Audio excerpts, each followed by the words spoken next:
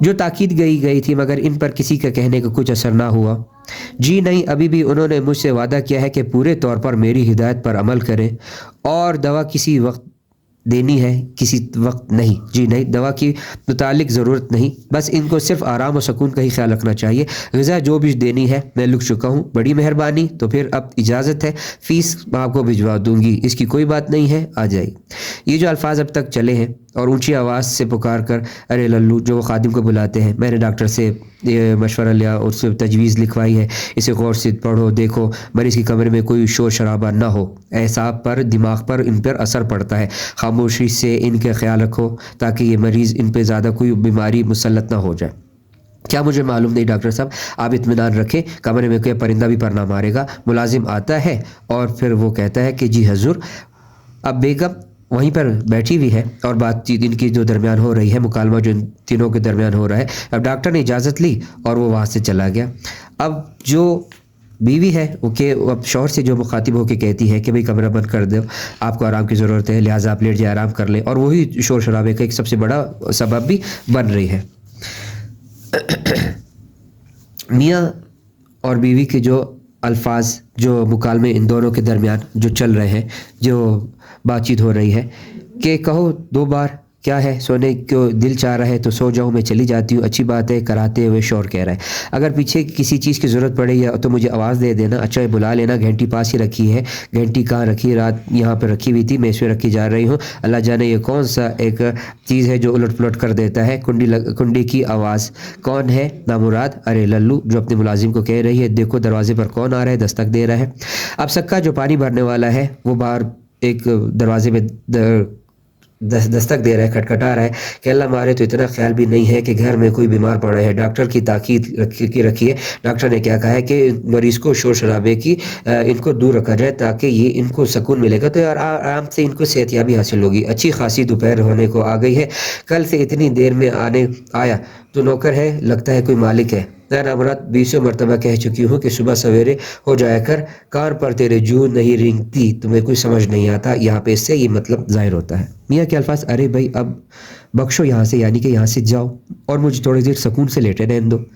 جو بیوی کے الفاظ ہیں، بخشو کیسے، سوالیہ نشان، ذرا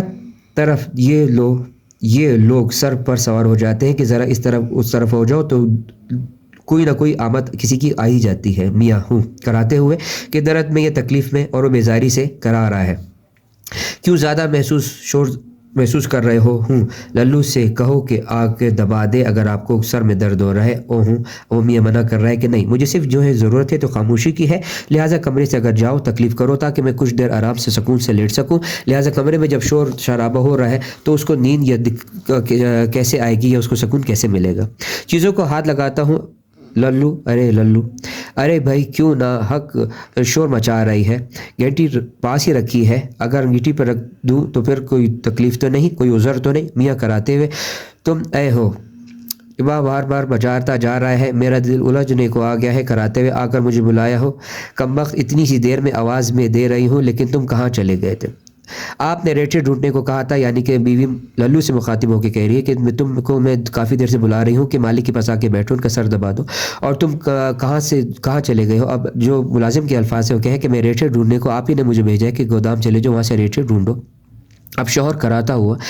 صبح سویرے کہاں تھا، کم وقت، تجھے اب تک ریٹے نہیں ملے؟ مالکن اسے کہہ رہی ہے، جی مولتیں نہیں ملی، ادھر گودام میں جاتا ہوں تو وہاں بلاوا آ جاتا ہے کسی اور کا، تو کبھی کسی کوئی آ جاتا ہے دروازے پہ، تو کبھی کوئی دروازے پر آ جاتا ہے، یہ گھنٹی یہاں تمہارے پاس رکھے جاتی ہوں، بیوی اپنے شوہر سے مخاطب ہو کر کہہ رہی ہے۔ کراتا ہوا کہ بھائی ٹھیک ہے، کواڑ دروازے کو کہا گیا یہاں پہ، یعنی دروازہ بند کرتی جانا۔ پیچھے اکیلی میں، جی تو نہیں گھبرائے گا، بیوی اپنے شوہر سے کہہ رہی ہے۔ اب شوہر تنگ آ کر، نہیں بابا نہیں گھبرائے گا، ارے ہاں یہ تو میں دیکھنا بھول ہی گئی۔ اب جب بیوی کے الفاظ ہیں وہ پھر شوہر سے مخاطب ہو کے ان کو تکلیف دیتے ہوئے جو ہے ان سے بات کری بار بار، حالانکہ وہ بڑی الجھن میں بےتاب کہ یہاں سے جائے تو میں سکون سے کچھ دیر لیٹ سکوں، لیکن بیوی کا نہ جانا کہ ان کو بار بار کسی نہ کسی چیز پر اکسا رہی ہے یا ان کو باتوں میں لگا رہی ہے کہ ڈاکٹر صاحب کھانے کے لیے کے پیچھے جو لکھ کر چلے گئے پرچی کہاں ہے، کہاں گم ہو گئے، اس کا کاغذ لکھا ہوا تھا، اے لو یہ نیچے پڑا ہوا ہے، ابھی کہیں کوڑے میں چلا جاتا تو کیا ہوتا۔ مالٹڈ ملک، نارنگی کا جوس کہا گیا ہے یہاں پہ، ساگو دانے کی کھیر، یخنی، جو تجویز جو ڈاکٹر صاحب نے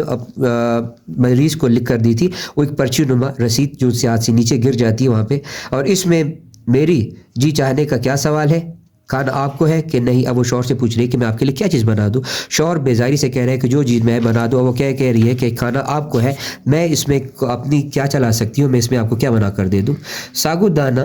تھوڑا سا بس، اسی سے کیا بنے گا، یخنی بھی پی لو تھوڑی ہی، چوزے کی یخنی بنوا دیتی ہوں، وقوی چیز ہے، اچھی دوا ہے۔ دو قدم بیوی چلتے ہوئے پھر رک جاتی ہے، مگر کہاں دیر لگ گئی، یخنی کے تیاری میں تو چوزہ بازار سے منگوانا ہوگا، اور پھر اس کو بازار سے لاتے ہوئے بھی دیر لگے گی، اور پھر اس کو صفائی کرتے ہوئے، کاٹتے ہوئے، پکاتے ہوئے، اس کو ایک نئے سرے سے اس کا معاملہ کرنا پڑے گا۔ میاں بیزار ہو کے پھر اس کے مخاطب ہو کے کہتا ہے،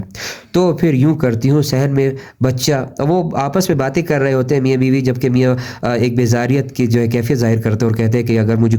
ایک سوچتا ہے اپنے ذہن سے کہ اگر چند دیر مجھے خاموشی سے اگر لیٹنے کو دے دوں تو شاید میں بہتر ہو جاؤں، لیکن جو بیوی وہاں سے جانے کا نام نہیں لیتی، اور وہ بیزاریت سے جو اکسا جاتا ہے تو کراتا بھی ہے درد میں۔ اتنی میاں بیوی کی جو آپس میں مکالمہ چل رہا ہوتا ہے، بات چیت چل رہی ہوتی ہے، تو اتنے میں بچے کی جو صحن سے کھیلنے کی آواز آ جاتی ہے، اور وہ گاڑی چلانے لگ جاتا ہے، جس کی آواز پٹ پٹ گاڑی چلانے کی آواز آنے لگتی ہے صحن میں، جو بچہ بھی کھیلنا شروع کر دیتا ہے۔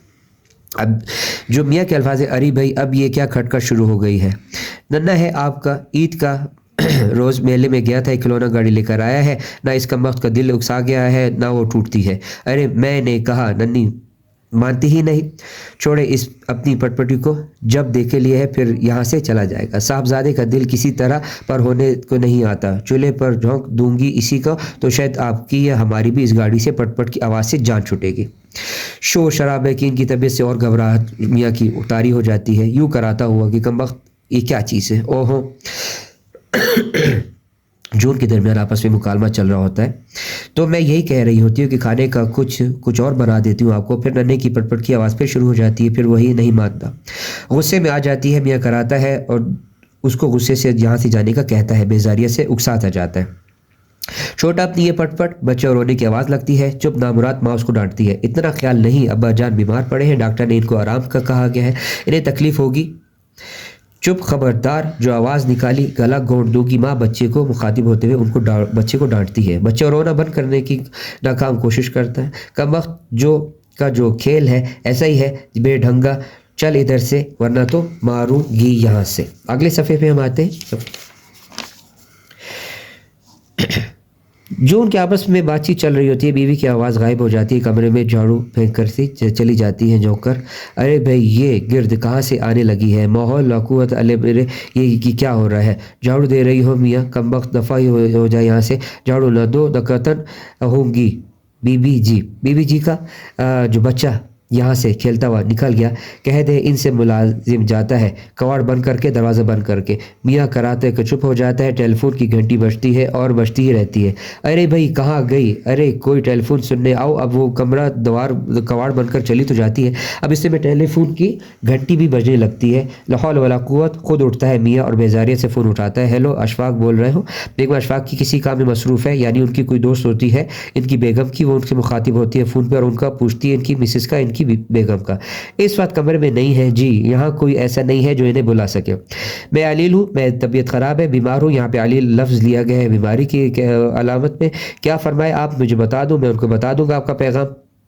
آپ پھر کسی وقت فون کر لیجیے گا۔ میں نے عرض کیا چوں میں بیمار ہوں، کمرے سے باہر نہیں جا سکتا، زور سے فون بند کر دیا اور اس فون کا ریسیور رکھ دیا، اور وہ غصے میں آ کر بھی گستاخی کہی اور آ کر لیٹ جاتے ہیں، مجھے بلایا، بیوی اتنے میں آ جاتی ہے، ہاں تم ٹھیک ہو، اتنی آواز دی ہے کوئی آیا بھی نہیں ہے فون اٹھانے کے لیے، لہٰذا مجھے بستر سے اٹھنا پڑا اور میں نے فون کو اٹھایا، توبہ ٹیلی فون، میں ذرا گودام میں چلی گئی تھی، للو کو ریٹھے نکال کر دے رہی تھی، بلاوا کیوں نہیں دیا، ہمسائے کے ہاں گانا، اتنے میں ہمسائے کے ہاں بھی کچھ شور شرابہ گانا سے شروع ہو جاتا ہے، فون تھا تمہارا، کسی نے کیا کہا ہوگا کوئی اب پتہ نہیں، جب اٹھی کھڑی ہو تو مجھے تو نام پوچھ لینا چاہیے تھا، کہ جب تم نے فون اٹھا لیا تھا میری کسی دوست کا تو تمہیں نام پوچھ ہی لینا چاہیے تھا، میں نے کہا دیا تھا پھر فون کر لے، مفت کی الجھن میں ڈال دیا ہے، اللہ جانے کون تھی اور کیا چاہتی تھی مجھے نہیں پتا، وہ بہرحال تمہارا پوچھ رہی تھی تو لہٰذا میں نے اس کا فون سن کے اس کا فون بند کر دیا،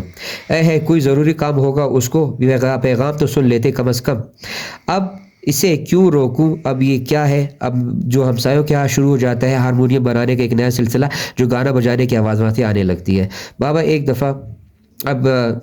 اپنا بتا رہے ہیں کہ میں بیمار، ڈاکٹر نے کہا ہے کہ بھئی آرام و سکون کی ضرورت ہے۔ یہاں آرام و سکون کہاں ملے گا؟ یا اپنے گھر میں اتنا شور شرابہ اور ساتھ ہی دوسرے ہمسایوں کی طرف بھی گانا بجانے کی آوازیں شروع ہو جاتی ہیں۔ مناسب الفاظ کیا کراتے ہوئے بیزاریت سی کیفیت ظاہر کرتا ہے، بے سر گانے کی آوازیں آنے لگتی ہیں۔ میاں کرا رہا ہے کہ یک لخت بچے کی آواز رونے کی آنے لگتی ہے۔ ارے کیا ہو گیا ہے؟ زور سے گلا پر خون نکل آیا، زور سے ایک بچہ گرا اور اس کے بھی جیسے کھیلتے کھیلتے خون نکل آیا۔ خط لکھ رہی ہوں، ابھی آ جاتی ہو، کراتے ہوئے یک نا شد دو شد، یعنی کہ یہ اپنے گھر میں بھی الگ شور اور ساتھ میں دوسروں کے گھر بھی شور، اور بچہ الگ وہ بھی چیخنا چلانا رونا شروع کر دیتا ہے۔ انسان ہو دیکھ رہا ہوں، خط لکھ رہا ہوں، بچے کو چپ کیوں کرا رہی ہو؟ نامراد چپ ہی ہو جا، خون نکل آیا تو قیامت آ جائے گی۔ ابھی آ رہی ہوں، دوسرا خط لکھ لوں۔ میاں کراتے ہوئے بے سرے گانے بجنے، رونے کی آوازیں آ رہی ہیں۔ میاں ختم نہیں ہوا خط؟ سوالیہ نشان۔ جانے کیا دفتر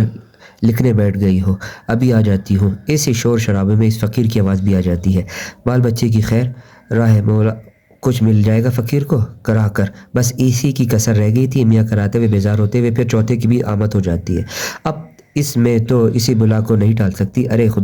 خدا کے لیے اسے رخصتی کر دو یا کچھ دے دو۔ اتنے میں جو گودام سے ملازم کی آواز پھر آتی ہے، ارے للو ہارمونیم دستے ریٹھے کو کوٹتے ہوئے شروع کر دیتے ہیں ہمام دستے میں، اور بے سرے گانے کے بچے کے رونے کی آواز، فقیر کی صدا ہے، ہارمونیم دستے کے اور دروازہ کھٹکنے کی آواز، اس میں سب چیزوں میں شامل ہو جاتی ہے، یعنی کہ ایک ساتھی۔ آئے توبہ توبہ ہائے! میاں کہتا ہے، بیوی ارے نامراد ریٹھے پھر کوٹ لینا، پہلے اس فقیر کو رخصت کر دے۔ للو ریٹھے کوٹنے میں بیوی کی آواز سنتا ہے، جلدی کرا ہو کر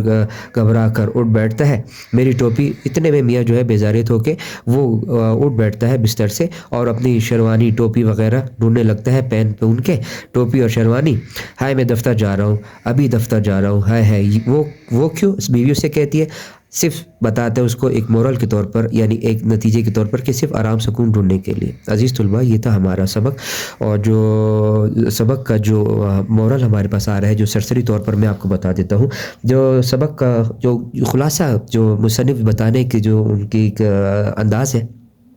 ان کا یہ ہے کہ آرام و سکون، یعنی اس عنوان سے ہمیں لگتا ہے کہ انسان کی زندگی میں آرام و سکون جو اہمیت رکھتا ہے، اور وہ نہ ہمیں دوائیوں سے میسر ہو سکتا ہے، نہ کسی اور چیز سے میسر ہو سکتا ہے، کہ انسان کی زندگی میں جب تک آرام و سکون نہیں ہوگا تو اس کو باقی جو ٹینشنیں ہوں گی، دقت اس کو دشواری پیش آ رہی ہوگی، وہی اس کی بیماری کا سب سے بڑا وجوہات بننے لگیں گی۔ تو اس سبق میں مصنف امتیاز علی تاج بھی اس ڈرامے میں ہمارے گھروں کی موجودہ جو شور شرابہ، خصوصاً عورتوں کے شور شرابے پیدا ہونے والی مسائل کو بڑے مزاحیہ انداز میں انہوں نے بیان کیا ہے کہ میاں کو کام کی زیادتی کی وجہ سے بخار ہو جاتا ہے، ڈاکٹر صاحب معائنہ کر کے لیے بتا کے چلے جاتے ہیں کہ فکر کی کوئی بات نہیں ہے، صرف تھکاوٹ کی وجہ سے انہیں معمولی سا بخار ہوا ہے، میاں کو آرام کی ضرورت ہے، مشورہ دیتے ہیں۔ ڈاکٹر کے جانے کے بعد میاں بیوی سے باتیں کرنا شروع کر دیتی ہے، کبھی کوئی سوال تو کبھی کوئی سوال، کبھی کچھ پوچھنے لگتی ہے تو کبھی کچھ پوچھنے لگتی ہے۔ اتنے میں جو ہے دروازے پر کوئی دستک دینا شروع کر دیتا ہے۔ بیوی کمرے میں کھڑی اونچی آوازوں میں باتیں کرنے لگتی ہے اور پھر گھنٹی کی تلاش کرنی شروع کر دیتی ہے۔ نہ ملنے پر گھر کے ملازم للو کو اونچی آوازیں دینا پکارنا شروع کر دیتی ہے۔ ادھر بچہ جو ہے چھوٹا وہ صحن میں گاڑی سے کھیلنا شروع کر دیتا ہے۔ بیوی کمرے میں کھڑے ہو کر خوب اس پہ غصہ نکالنے لگتی ہے۔ بیوی کے باہر جانے کے بعد ٹیلی فون بھی بجتا ہے۔ اب جو گھنٹی فون کی بجتی ہے اس سے اور تکلیف اس کے دماغ کو پہنچتی ہے۔ میاں بڑی مشکل سے اٹھ کر فون تو اٹھا لیتا ہے، جو کسی خاتون کا ہوتا ہے جو بیگم سے بات کرنا چاہتی ہے اس کی، لیکن وہ اس کو اس وقت وہاں پر کمرے میں نہیں ملتی۔ اتنے میں ہمسائے کے گھر سے باہر ہارمونیم بجنے کی آوازیں بھی آنا شروع ہو جاتی ہیں۔ ادھر پڑھنے سے بچے کی چوٹ لگنے سے وہ چوٹ لگ جاتی ہے، کھیلنے کودنے سے اونچی آواز میں وہ بھی رونا شروع کر دیتا ہے۔ اسی سارے منظر میں ایک گداگئی بھی آ جاتا ہے، یعنی کہ فقیر بھی آ جاتا ہے اور وہ بھی مانگنا شروع کر دیتے ہیں اونچی آواز میں، اور وہ دروازہ بھی کھٹکانا شروع کر دیتا ہے۔ ادھر للو ان